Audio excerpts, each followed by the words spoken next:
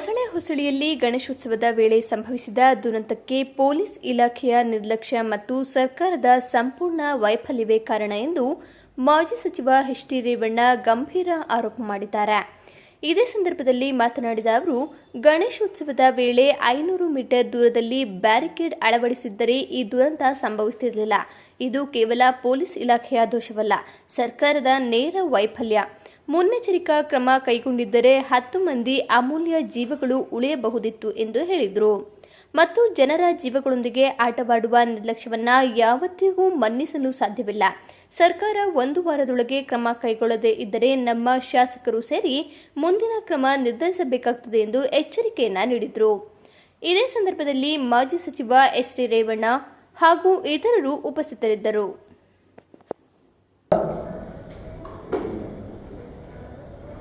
ಏನು ಶುಕ್ರವಾರ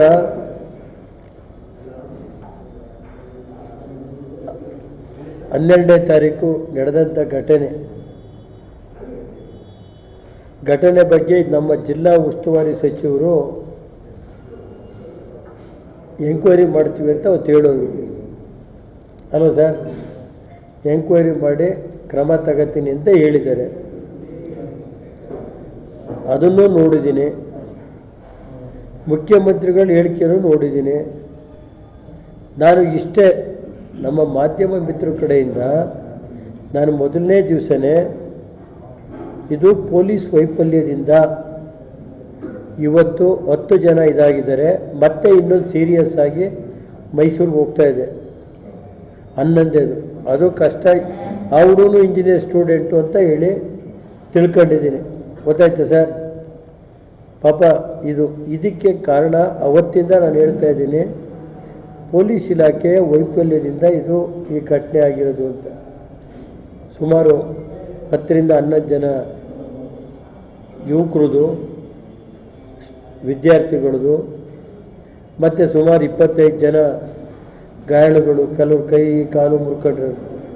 ಆ ಉದ್ದೇಶದಿಂದಲೇ ನಾನು ಸರ್ಕಾರಕ್ಕೆ 10 ರಿಂದ 15 ಲಕ್ಷ ದುಡ್ಡು ಕೊಡಿ ಅಂತ ಕೇಳಿದ್ದು. ಯಾಕೆ ಅಂದರೆ ಆಕ್ಸಿಡೆಂಟಾಗಿ ದುಡ್ಡು ಕೊಡಿ ಅಂತ ಕೇಳೋಕ್ಕೆ ನಾನು ಒಂದು ಸ್ವಲ್ಪ 30 ವರ್ಷ ನಾನು MLA ಕೆಲಸ ಮಾಡಿದ್ದೀನಿ 6 ಬಾರಿ. ಅದು ಹೇಳೋಕ್ಕೆ ನನಗೂ ಗೊತ್ತಿದೆ ಸರ್. ಈಗ ಸರ್ಕಾರದ ಅಧಿಕಾರಿಗಳು, ಸರ್ಕಾರ ಅಂದ್ರೇನು? ಪೊಲೀಸ್ ಇಲಾಖೆ ಸರ್ಕಾರದ ವ್ಯಾಪ್ತಿಯಲ್ಲೇ ಬರುತ್ತಲ್ಲ ಸರ್, ಅವ್ರ ವ್ಯಾಪ್ತಿನಲ್ಲೆಯ. ಅದರಿಂದ ಸರ್ಕಾರದ ವೈಫಲ್ಯ. ನಾನು ಹೇಳೋದು, ನಮ್ಮ ಜಿಲ್ಲಾ ಉಸ್ತುವಾರಿ ಸಚಿವರಿಗೂ ಮನವಿ ಮಾಡ್ತೀನಿ, ಮುಖ್ಯಮಂತ್ರಿಗಳಿಗೂ ಮನವಿ ಮಾಡ್ತೀನಿ, ಗೃಹ ಸಚಿವರಿಗೂ ಮನವಿ ಮಾಡ್ತೀನಿ.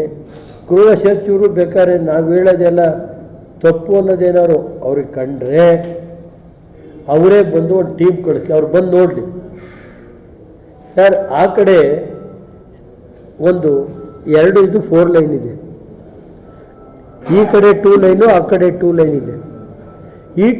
ಈ ಕಡೆ ಒಳಸಿಬಿಂದ ಆಸ್ತಿಗೆ ಬರೋವಂಥ 2 ಲೈನ್ನಲ್ಲಿ ಗಣಪತಿ ಮೆರವಣಿಗೆ ಬರ್ತಾಯಿತ್ತು ಎಡಭಾಗದಲ್ಲಿ. ಈ ಕಡೆ ಬಲಭಾಗದಲ್ಲಿ ಒಂದು ಇದನ್ನು ಬಿಟ್ಟಿದ್ರು. ಬಿಡುವಾಗ ಒಂದು 500 ಅಡಿ ಮುಂಚೆ, ಇವತ್ತು ನಾನು ಸ್ಪಾಟಲ್ಲಿ ಇದಾಕಿ ನೋಡ್ಕೊಂಬಂದು ನಾನೆಲ್ಲ ಮೊನ್ನೆ ಹೇಳಿದ್ದೆ ಈ ಅಧಿಕಾರಿಗಳಿಗೆ, ದೇವೇಗೌಡರು ಹೇಳಿದರು, ನಾನು ಹೇಳಿದ್ದೆ. ಪಾಪ ನೆನ್ನೆಯಿಂದಲೇ ಅವ್ರು ಶುರು ಮಾಡ್ಯಾರೆ ರೋಡ್ ಹಬ್ಬಾಗಿ. ಇದನ್ನು ಆ ಕಡೆ ಒಂದು 500 ಮೀಟ್ರು ಕಾಣುತ್ತೆ. 500 ಮೀಟ್ರ್ ಹಿಂದೆ ಈ ಜಿಗ್ಜಾಗ್ ಇದಾಗ್ತಾರಲ್ಲ ಸರ್, ಬ್ಯಾರಿಕೇಡ್ ಹಾಕ್ಬಿಟ್ಟಿದ್ರೆ ಅವ್ನು ಬಂದು ಅದು ಕೊಡಿಯೋನು. ಅಲ್ಲಿ 2 ಜನ ಪೊಲೀಸ್, ಆ ಕಡೆ ಈ ಕಡೆ 2 ಜನ ಪೊಲೀಸ್ ಹಾಕ್ಬಿಟ್ಟು ಅದು ನೋಡ್ಕೊಂಡು ಒಂದು ಬಾವುಟ ಇಟ್ಕೊಂಡು, ಅಥವಾ ಮೆರವಣಿಗೆ ಹೋಗೋರಿಗಾರು ಟ್ರಾಫಿಕ್ ಬಂದ್ ಮಾಡ್ಬೋದಾಯ್ತಲ್ಲ ಸರ್. ಮಾಡಿದ್ರಿ 10 ಜೀವ ಉಳಿಯೋದ? ಬ್ಯಾರಿಕೇಡ್ ಹಾಕಿದರೆ ಬೇಕಾದ್ರೆ ನೋಡಲಿ, ಅವ್ರು ಬಂದು ನೋಡಿ. ನಾನು ಹೇಳೋದು,